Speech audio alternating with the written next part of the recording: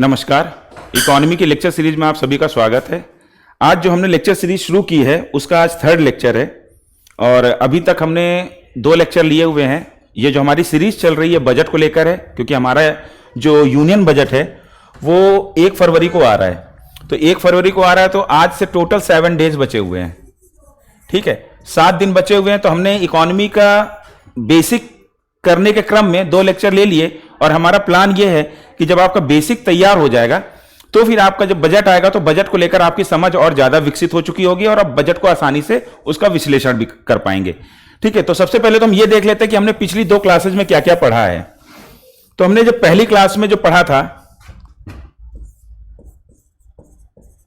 Class 1 में हमने पढ़ा था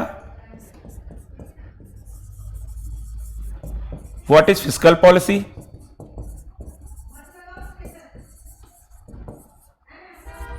फिर हमने पढ़ा था इसका सिग्निफिकेंस क्या है।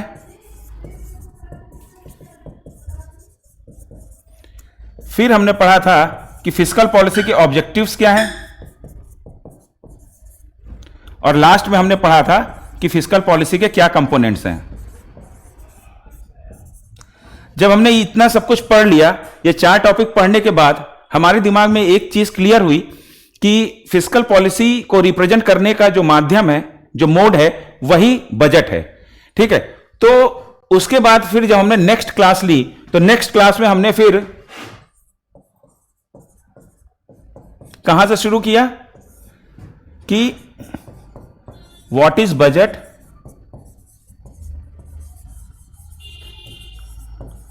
बजट की परिभाषा हमने देखी थी और हमने फिर यह देखा था कि बजट के साथ पिछले वर्षों के कौन से डॉक्यूमेंट सबमिट किए जाते हैं, बजट किस आर्टिकल के तहत प्रस्तुत किया जाता है, राज्यों को लेकर वो संविधान का कौन सा आर्टिकल है।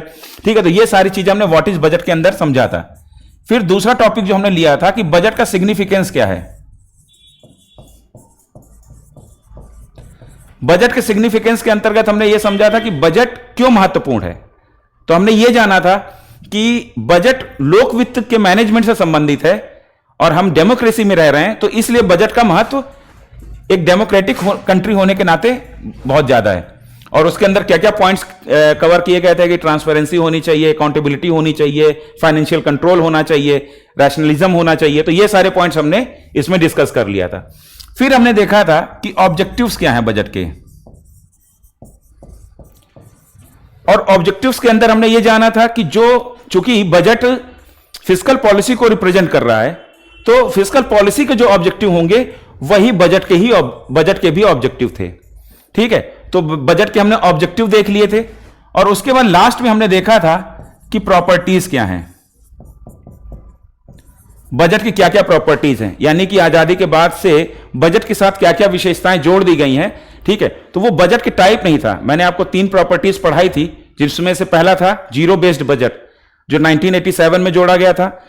दूसरा था आपका एग्जीक्यूशन एंड प्रोग्राम बजट, जो ये प्रॉपर्टी बजट के साथ हमारी जोड़ी गई थी 1967 में।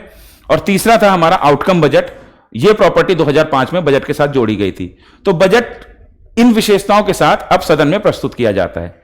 ठीक है, तो हमने बजट की विशेषताएं देख ली थी और हमने ये डिसाइड किया था कि अब हम आज की क्लास में बजट का स्ट्रक्चर पढ़ेंगे।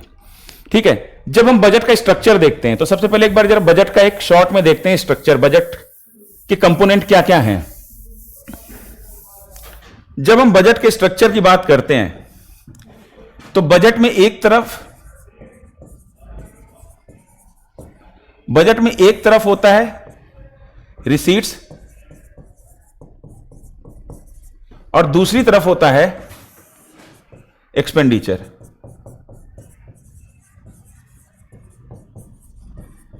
ठीक है, अब अगर आपने कभी देखा हो बजट का स्ट्रक्चर तो यहां पर आपकी क्या हो गई, प्राप्तियां,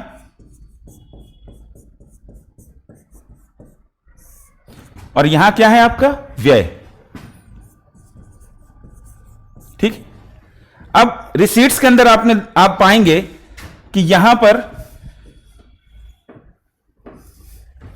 2 तरीके से प्राप्तियां हो सकती हैं। एक होती है राजस्व प्राप्तियां, ठीक है, रेवेन्यू रिसीट्स, और दूसरा तरीका है कैपिटल रिसीट्स यानी कि पूंजीगत प्राप्तियां। ठीक है, तो इन माध्यमों से बजट पैसे का जो प्राप्तियां हैं, जो इनकम है, उसके बारे में बात होती है। और जब हम एक्सपेंडिचर देखते हैं तो एक्सपेंडिचर भी दो प्रकार का हमें दिखाई देता है स्ट्रक्चर में। एक है रेवेन्यू एक्सपेंडिचर और दूसरा है कैपिटल एक्सपेंडिचर। ठीक है, तो अब सवाल यह उठता है कि रेवेन्यू और कैपिटल क्या है। ठीक है, हमारे जो कैपिटल रिसीट्स हैं या कैपिटल एक्सपेंडिचर है, ये क्या चीज है, और हमारा ये जो रेवेन्यू रिसीट्स हैं, रेवेन्यू राजस्व प्राप्तियां हैं या राजस्व व्यय है, ये क्या चीज है। ठीक है, तो ये दोनों कॉन्सेप्ट हम समझते हैं। सबसे पहले आप एक चीज अपने दिमाग में बसा लीजिए कि जहां शब्द रेवेन्यू आ जाए तो वहां पर आप एक चीज याद कर लीजिए, नो फीलिंग्स।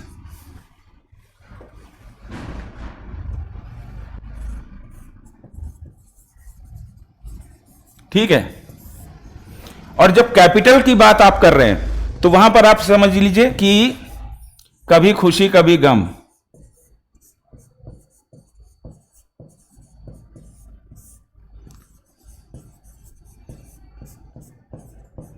अब यह बात मैं क्यों कह रहा हूं, यह बात मैं इसलिए कह रहा हूं कि अगर आपकी प्राप्त ये जो कैपिटल रिसीट्स हैं, ये कैपिटल एक्सपेंडिचर है, इस बॉक्स में जो भी मदे आइटम्स आएंगे, ठीक है, वो या तो आपको खुशी देंगे और या फिर आपके दिमाग पर प्रेशर देंगे। वो कैसे? क्योंकि जो कैपिटल रिसीट्स हैं या पूंजीगत प्राप्तियां हैं, वो दो काम करेंगी, या तो वो आपकी संपत्ति पर प्रभावित करेंगी या फिर आपकी देनदारी। ठीक है, सेम कैपिटल यहां पर भी है तो यह संपत्ति को प्रभावित करेगा या फिर देनदारी को प्रभावित करेगा। ठीक है, अब अगर आपका कैपिटल रिसीट्स है तो आप इस चीज को समझ के चलिए, अगर आप पूंजीगत प्राप्तियां कर रहे हैं तो पूंजीगत प्राप्तियां आप तभी कर सकते हैं जब या तो आपकी संपत्ति प्रभावित होगी यानी कि कम होगी, और या फिर आपकी देनदारी बढ़ेगी। ठीक है, इस चीज को रट लीजिए। अब कैसे होता है वो मैं आपको समझाता हूं, अभी थोड़ी देर में समझाता हूं। जैसे घर का एग्जाम्पल ले लीजिए। घर में देखिए,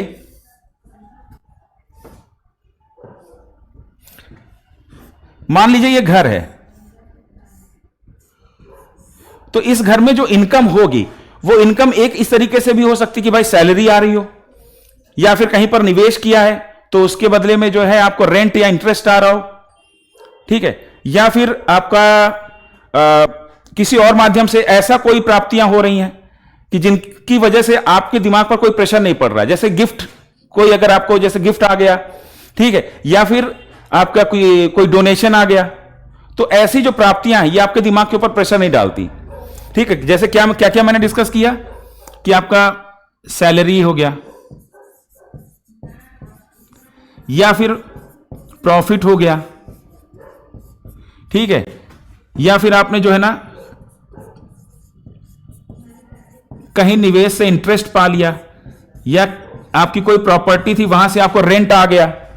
ठीक है, तो इन सारी चीजों से आपके दिमाग पर कोई ज्यादा प्रेशर नहीं आ रहा है। ठीक है, आपकी संपत्ति और देनदारी पर कोई फर्क नहीं पड़ रहा है। क्या अगर आपकी सैलरी आई तो आपकी संपत्ति बढ़ गई? संपत्ति नहीं बढ़ी। देखिए एक चीज समझिएगा कि जो मुद्रा है वो संपत्ति नहीं है।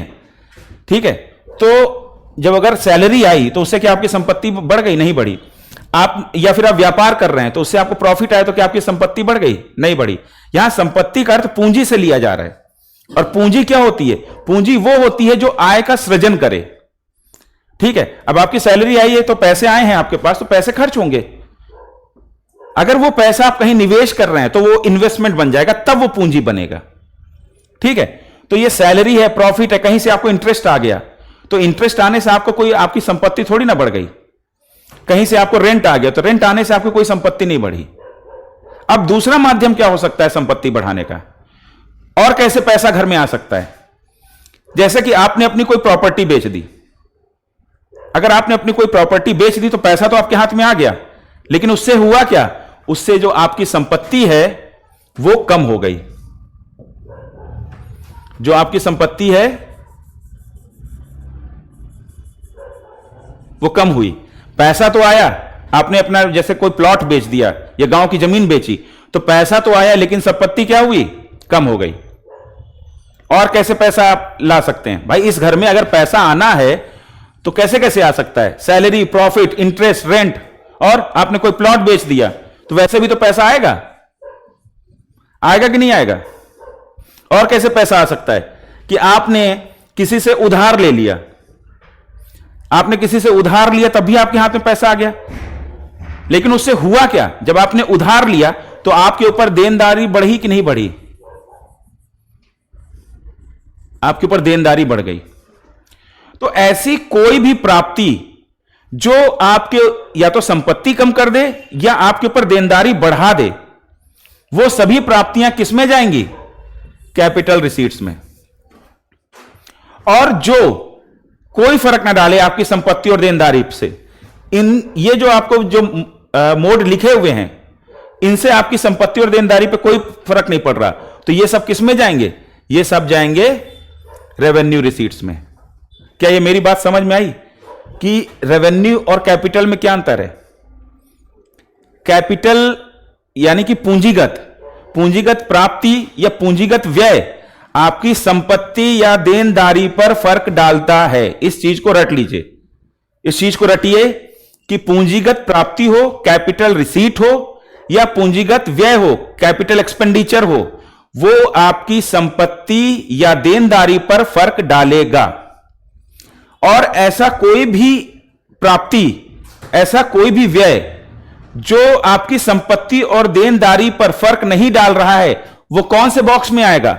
वो इस बॉक्स में आएगा, रेवेन्यू वाले बॉक्स में। किस वाले बॉक्स में आएगा? रेवेन्यू वाले बॉक्स में।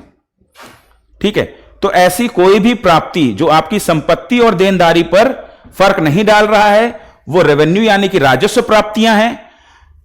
ऐसी कोई भी प्राप्तियां जो आपकी संपत्ति और देनदारी को प्रभावित कर रही हैं, वो आपकी क्या है? पूंजीगत प्राप्तियां हैं।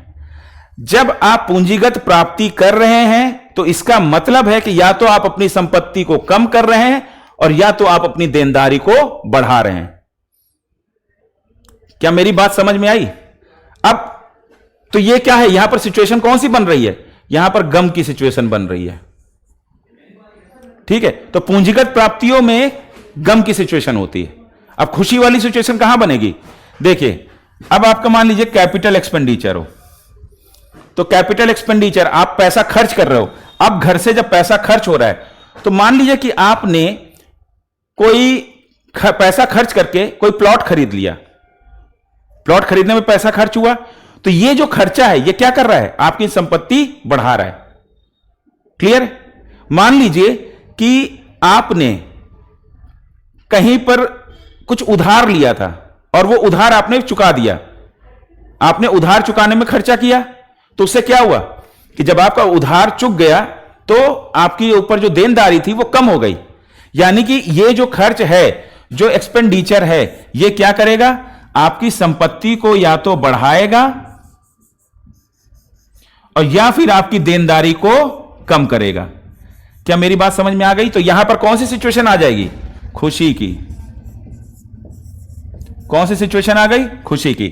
तो कैपिटल एक्सपेंडिचर हमेशा अच्छा माना जाता है, उससे जो है हमें खुशी मिलती है, क्योंकि कैपिटल एक्सपेंडिचर से या तो हमारी संपत्ति बढ़ेगी या हमारे सर का बोझ हल्का हो जाएगा। और कैपिटल रिसीट से या तो हमारी संपत्ति घटेगी या हमारे सर पर बोझ ज्यादा हो जाएगा। क्या मेरी बात समझ में आ गई? तो कैपिटल और रेवेन्यू को मैंने समझा दिया, मुझे उम्मीद है आपको समझ में आ गया होगा। ठीक है, तो बजट के स्ट्रक्चर में जब आपने कैपिटल और रेवेन्यू को समझ लिया है, तो अब हम ये समझते हैं कि बजट का स्ट्रक्चर बना लेते हैं और आइटम्स हम डिसाइड करते हैं कि किसमें क्या क्या चीजें आएंगी। ठीक है, तो देख लेते हैं बजट का स्ट्रक्चर।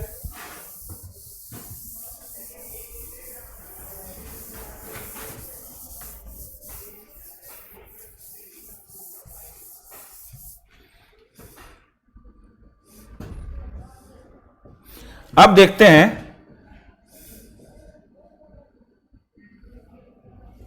बजट।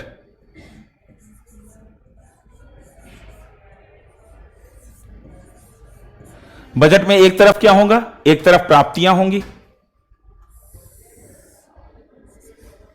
और दूसरी तरफ क्या होगा? एक्सपेंडिचर होगा। ठीक है, तो इधर कर देते हैं प्राप्तियां,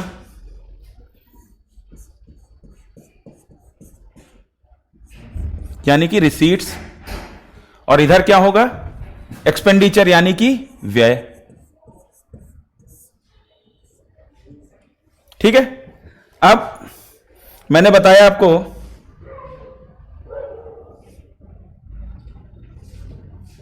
कि प्राप्तियां दो प्रकार की होती हैं। एक पहली हो जाएगी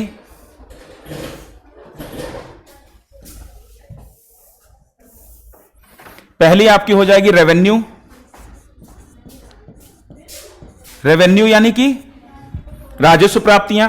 और दूसरे टाइप की प्राप्तियां क्या हो सकती हैं, कैपिटल।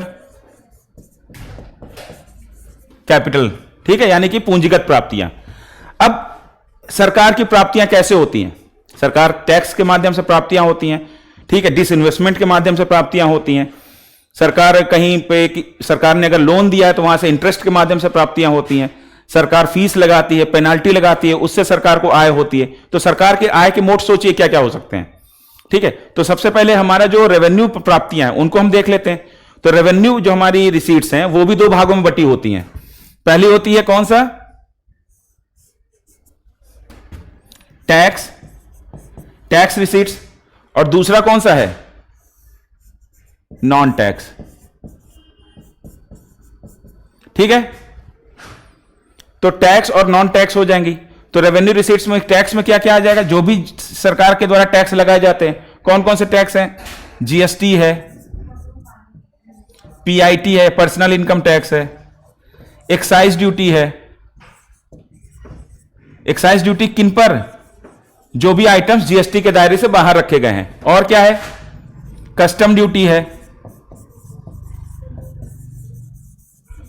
और क्या है, सिक्योरिटीज ट्रांजैक्शन टैक्स है।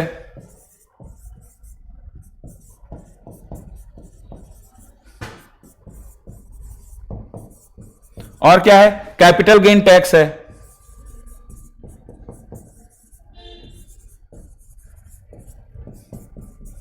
ठीक है, तो ये सारे जो टैक्स हैं, तो ये टैक्स की प्राप्तियां हो गई। ठीक है, अब देखिए टैक्स जब सरकार लेती है तो सरकार की क्या संपत्ति बढ़ रही है, नहीं बढ़ रही। सरकार के ऊपर कोई देनदारी आ रही है, नहीं आ रही, क्योंकि टैक्स एक तरफा हस्तांतरण है। टैक्स के बदले में आप सरकार से किसी भी चीज का क्लेम नहीं कर सकते।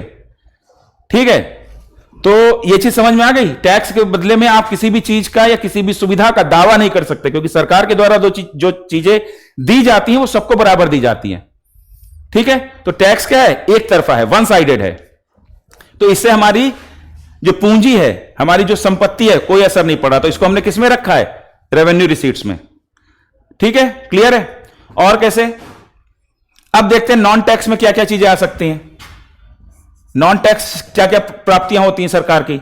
तो सरकार फी वसूल करती है, पेनाल्टी लगाती है, स्पेक्ट्रम बेचती है,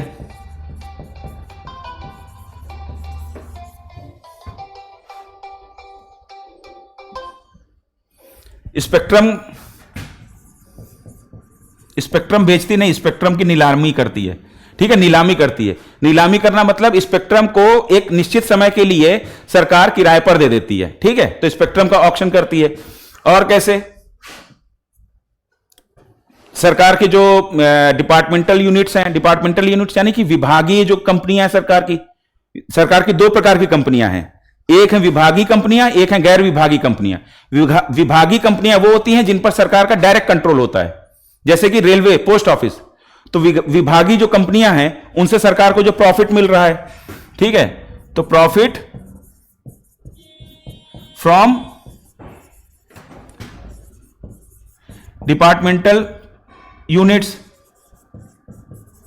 ठीक है, और क्या है, जो गैर विभागीय कंपनियां हैं, जो गैर विभागीय यूनिट्स हैं, वो क्या है, वो ऑटोनॉमस होती हैं। ठीक है, वो स्वायत्तता उनके अंतर्गत स्वायत्तता वो फॉलो करती हैं। ठीक है, तो उनका सरकार का ऐसा नहीं कि उन पर कंट्रोल नहीं होता, लेकिन वो अपनी फंक्शनिंग के लिए स्वायत्त होती हैं। जैसे बैंक है, जो हमारे सरकारी बैंक है, ओएनजीसी है, गेल है, भेल है, एयर इंडिया है। तो ये जो सारी कंपनीज हैं, ये सारी क्या हैं, ये सरकार की गैर विभागीय कंपनियां हैं। तो इनसे सरकार को क्या मिलता है, डिविडेंड मिलता है। ठीक है, इनसे लाभांश मिलता है। और कैसे कैसे नॉन टैक्स इनकम कर सकती है सरकार। अब सरकार ने कहीं पर अगर सरकार ने कहीं किसी देश को या किसी राज्य को, केंद्र सरकार का बजट है, तो केंद्र सरकार ने किसी राज्य को अगर ऋण दे रखा है या किसी देश को ऋण दे रखा है, तो उस ऋण से जो इंटरेस्ट आ रहा है तो वो भी तो सरकार का क्या है, वो सरकार की आय है। और कैसे, केंद्र सरकार को कहीं से ग्रांट मिल गया या डोनेशन मिल गया या फिर गिफ्ट मिल गया, ठीक है। अब ग्रांट डोनेशन ये सब का, जैसे नहीं वर्ल्ड बैंक ग्रांट करता है कि भाई हम इतने 1000 करोड़ जो है ना एज ए ग्रांट भारत सरकार को दे रहे हैं गरीबों की शिक्षा के लिए या बच्चों के कल्याण के लिए, तो इस तरीके से जो है ना ग्रांट मिलते हैं, डोनेशन मिलता है, गिफ्ट मिलता है। अब आप देखिए, मैंने रेवेन्यू के अंतर्गत, आप खुद ही इस चीज को समझिएगा कि रेवेन्यू और कैपिटल में आपको अंतर भी समझ में आएगा और आपको इन आइटम्स को याद करने में आसानी भी होगी। ये जितने भी आइटम दिए गए हैं, मैंने रेवेन्यू प्राप्तियों के अंतर्गत टैक्स और नॉन टैक्स, इनमें से एक भी चीज आप देखिए तो क्या सरकार की संपत्ति और देनदारी पर कोई असर कर रहा है। अगर आप देखिए, इसको मैं अलग हट जाता हूं, इसको नोट भी कर लीजिए, इनमें से कोई भी ऐसी प्राप्ति, ऐसी आय नहीं है जो सरकार की देनदारी या फिर सरकार की संपत्ति पर प्रभाव डाल रही है। क्लियर है? तो ये हो गई आपकी क्या, ये किसमें आएंगे, ये सारी जितनी भी सरकार की आय के सोर्स हैं ये किसमें जाएंगे, रेवेन्यू रिसीट्स में। क्लियर है? अब हम देखते हैं कैपिटल रिसीट्स। अब कैपिटल रिसीट्स यानी कि पूंजीगत प्राप्तियां सरकार की कौन सी होंगी। सरकार की पूंजीगत प्राप्तियां वो होंगी जो सरकार की संपत्ति या देनदारी पर असर डालेंगी। तो सबसे पहले तो यही लिख लेते हैं कि ये जो प्राप्तियां होंगी ये या तो संपत्ति यानी कि सरकार की एसेट को क्या करेंगी, कम करेंगी, और या फिर सरकार की जो लायबिलिटी है, देनदारी है, देनदारी उसको क्या करेंगी, बढ़ाएंगी। अब आप सोचिए कि इसमें क्या क्या चीजें आ सकती हैं। एसेट को कम करने वाली ऐसे कौन से प्राप्तियां हैं सरकार कर सकती है, ठीक है, जिससे सरकार की संपत्ति कम हो रही है। देखिए, आपने डिसइन्वेस्टमेंट सुना है, विनिवेश, डिसइन्वेस्टमेंट इसमें आएगा कि नहीं आएगा।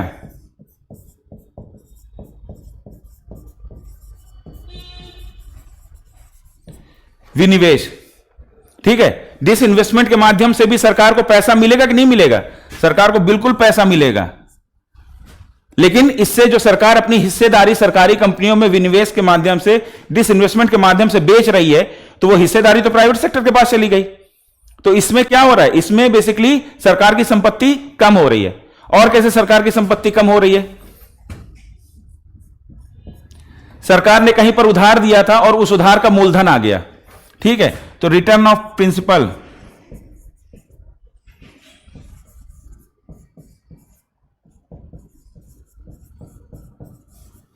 ठीक है। अब आपने किसी को अगर उधार दिया तो आपने अपनी एक संपत्ति सृजित कर ली, क्योंकि वहां से आपकी, मैंने क्या कहा, संपत्ति वो है जो आय का सृजन करे। अगर आपने किसी को उधार दिया है तो वो आपको ब्याज देगा, तो ब्याज क्या, आपकी आय है, ठीक है। तो आपने किसी देश को या किसी केंद्र सरकार ने किसी राज्य को, सरकार ने उधार दिया था और उसने क्या किया कि 1000 करोड़ दिए थे वो पूरे वापस कर दिए, तो वापस कर दिए तो संपत्ति सरकार की कम हो गई कि नहीं हो गई, क्योंकि सरकार को जो इंटरेस्ट के रूप में आय हो रही थी वो आय होनी बंद हो गई। क्लियर है? और कैसे है,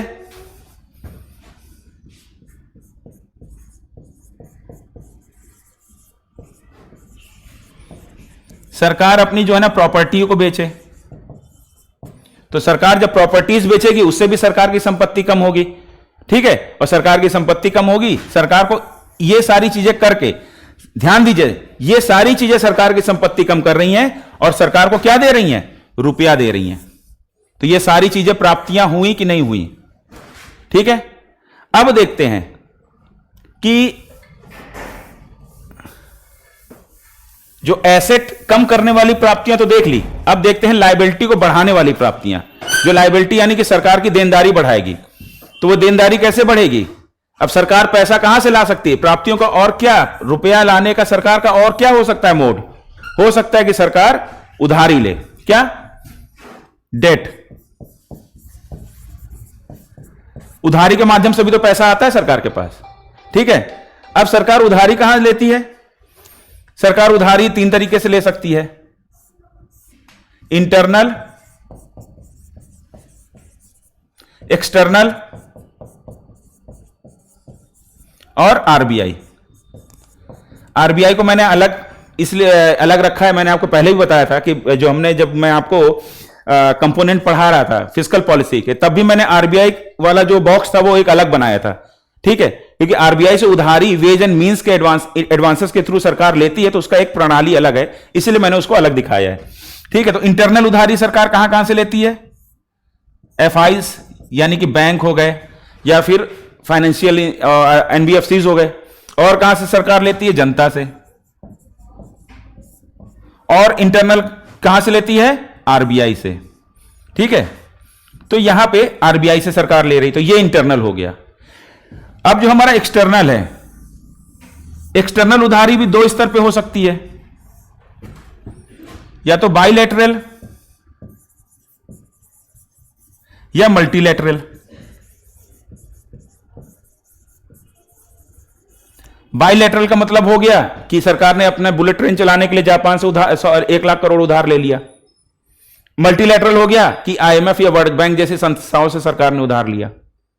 क्लियर है? तो ये हो गया सरकार की एक्सटर्नल उधारी बहुत कम है। एक्सटर्नल उधारी प्राइवेट सेक्टर की बहुत ज्यादा है, ठीक है। उन्होंने प्राइवेट सेक्टर ने एक्सटर्नल उधारी ज्यादा कर रखी है। सरकार की उधारी, एक्सटर्नल उधारी बहुत कम है। सरकार की जो अधिकांश उधारी है वो अपनी इंटरनल है, ठीक है। और उसमें भी ये दोनों मेन है, एफआई और जनता, ठीक है। फाइनेंशियल इंस्टीट्यूशंस और जनता से सरकार ने ज्यादा उधारी ले रखी है, ठीक है। आरबीआई से लेती है तो आरबीआई को उसी साल चुका भी देती है, इसीलिए आरबीआई को मैंने अलग बॉक्स में रखा है।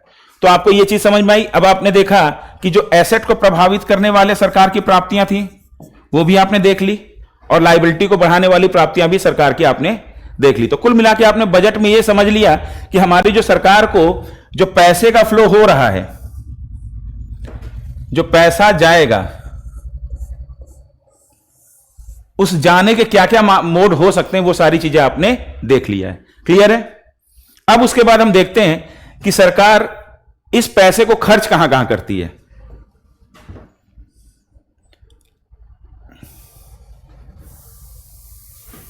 खर्च करने का क्या क्या मोड हो सकता है। अब सरकार खर्च करेगी तो यहां पर भी 2 मोड होंगे, रेवेन्यू एक्सपेंडिचर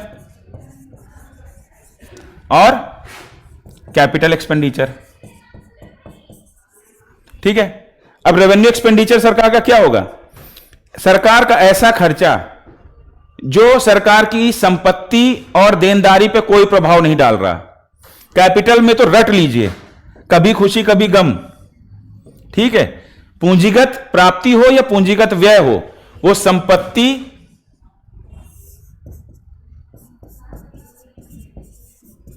या लायबिलिटी इसको प्रभावित करेगा ही करेगा। अगर ये कैपिटल रिसीट्स हैं तो ये संपत्ति को घटाकर या देनदारी को बढ़ाएंगे, और अगर ये कैपिटल एक्सपेंडिचर हैं तो ये संपत्ति को क्या करेंगे?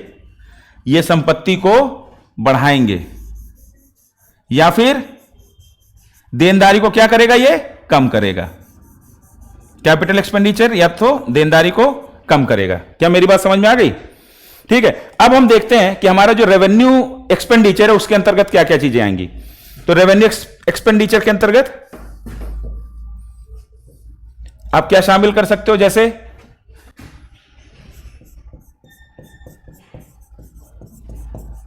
फंक्शनिंग, सरकार की फंक्शनिंग में क्या क्या आएगा कि एडमिनिस्ट्रेशन सरकार चला रही है, सरकार सैलरी दे रही है, सरकार पेंशन दे रही है, सरकार सिक्योरिटी पर खर्च कर रही है। तो ये सारी जो फंक्शनिंग के लिए सरकार कंजम्पशन कर रही है, ठीक है। उपभोग व्यय भी सरकार का है।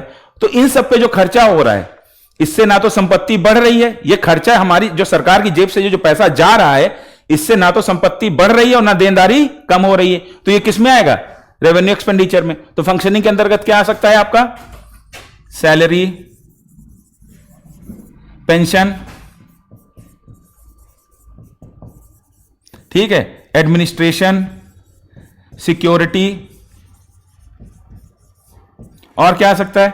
ठीक है, तो ये सारी चीजें फंक्शनिंग के अंतर्गत आ गई। अब दूसरा खर्चा कौन सा है सरकार का? सोशल सिक्योरिटीज पर। सोशल सिक्योरिटीज यानी कि सामाजिक सुरक्षा पर भी सरकार खर्च कर रही है, शिक्षा और स्वास्थ्य जैसी योजनाएं लाकर।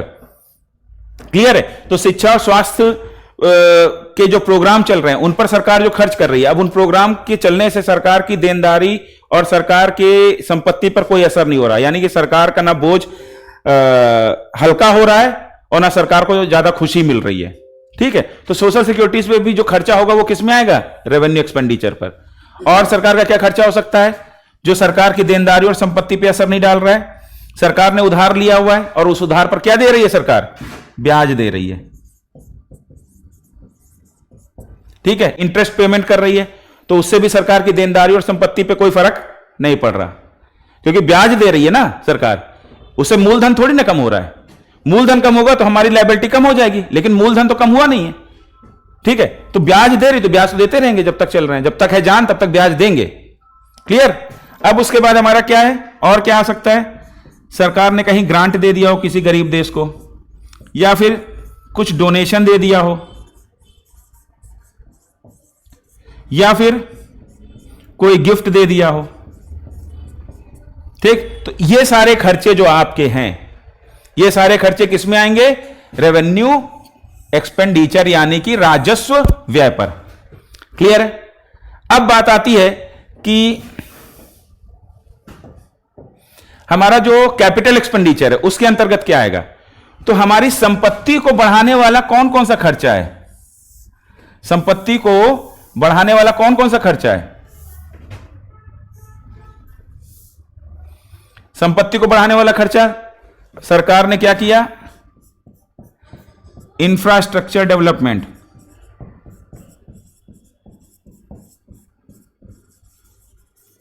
इंफ्रास्ट्रक्चर डेवलपमेंट, ये जो खर्चा है ये सरकार की संपत्ति बढ़ा रहा है कि नहीं बढ़ा रहा है? बढ़ा रहा है। और कैसा हो सकता है? सरकार की संपत्ति, सरकार ने किसी को ऋण दिया हो, तो अगर लोन दे दिया है सरकार ने, लोन देने में अगर खर्चा किया तो वो भी तो सरकार की संपत्ति हो गया, क्योंकि लोन के बदले में सरकार को इंटरेस्ट मिलने लगेगा। क्लियर है? और क्या खर्चा हो सकता है सोचिए?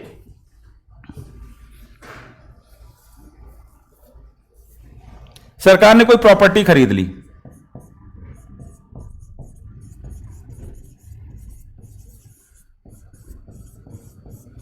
कोई प्रॉपर्टी, कोई आइलैंड खरीद लिया या कुछ खरीद लिया, किसी देश का कोई हिस्सा खरीद लिया, तो प्रॉपर्टी वगैरह कुछ खरीद ली तो वो भी सरकार की एक संपत्ति बन गई। तो ये खर्चा किस में जा रहा है? कैपिटल एक्सपेंडिचर में।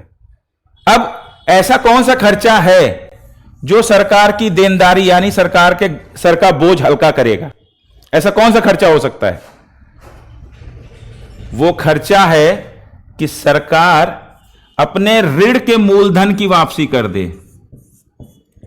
ऋण के मूलधन की वापसी।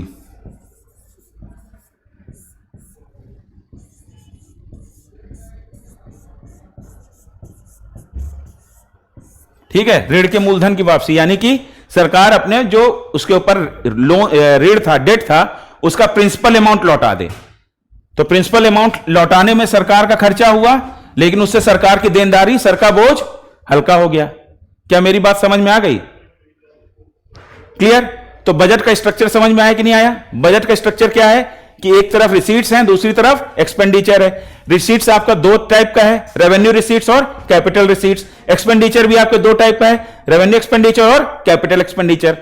कैपिटल रिसीट या एक्सपेंडिचर वही है, पूंजीगत प्राप्तियां या पूंजीगत खर्चा वही है जहां पर संपत्ति और देनदारी प्रभावित होते हैं। रट लीजिए, जहां पर भी ऐसा कोई भी प्राप्ति, ऐसा कोई भी आय जो संपत्ति और देनदारी को प्रभावित कर रहा है, वो आपका पूंजीगत प्राप्ति है, और संपत्ति और देनदारी को प्रभावित करने वाला खर्चा वो आपका पूंजीगत खर्चा है। क्लियर है? तो मुझे उम्मीद है कि बजट का जो स्ट्रक्चर है आज हमने पढ़ा है, ये आपको समझ में आ गया होगा। ठीक है, इसको बोर्ड में एक्चुअली क्या है कि अगर मैं पूरे बोर्ड में बनाता तो थोड़ा सा टफ हो जाता, इसलिए मुझे साफ कर करके बनाना पड़ा। ठीक है, लेकिन आप लोगों ने पहले पीछे नोट किया होगा, और ना नोट किया हो तो पॉज कर करके नोट कर लीजिएगा। तो मैं ये उम्मीद करता हूं कि आज का लेक्चर आपको बजट का स्ट्रक्चर समझ में आया होगा। ठीक है, तो हमने अभी तक क्या क्या पढ़ लिया है? हमने फिस्कल पॉलिसी पढ़ लिया है। फिस्कल पॉलिसी के बाद हमने बजट का ब्रीफ पढ़ लिया, बजट का प्रावधान, उसके उद्देश्य, उसके अंतर्गत क्या क्या चीजें आती हैं। फिर आज हमने बजट का स्ट्रक्चर पढ़ लिया है, और बजट के स्ट्रक्चर के अंतर्गत कौन कौन सी इनकम के मोड हैं, वो किधर जाते हैं।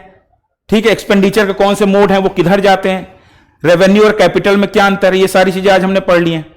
अब हम कल की क्लास में बजटीय घाटे, बजट डेफिसिट्स, ठीक है, टाइप्स ऑफ बजट डेफिसिट्स, वो है उनके बारे में पढ़ेंगे। तो कल की क्लास में बजटीय घाटे पढ़ लेंगे। ठीक है, उसके आगे फिर क्लास कंटिन्यू रखेंगे, आगे सिर्फ 3 क्लासेज और होंगी। तो 3 क्लासेज में हमारा पूरा बेसिक कंप्लीट हो जाएगा, और आपको यह भी समझ में आ जाएगा कि बजट की ये आइटम्स हैं, इनकी इंपॉर्टेंस क्या है। ठीक है, तो इस उम्मीद के साथ कि आप लोगों को ये क्लास समझ में आई होगी और आप लोग इसे अच्छे से नोट कर लेंगे, मैं आज की क्लास यहीं खत्म करता हूं। तब तक अच्छे से पढ़िए, मस्त रहिए। Thank you.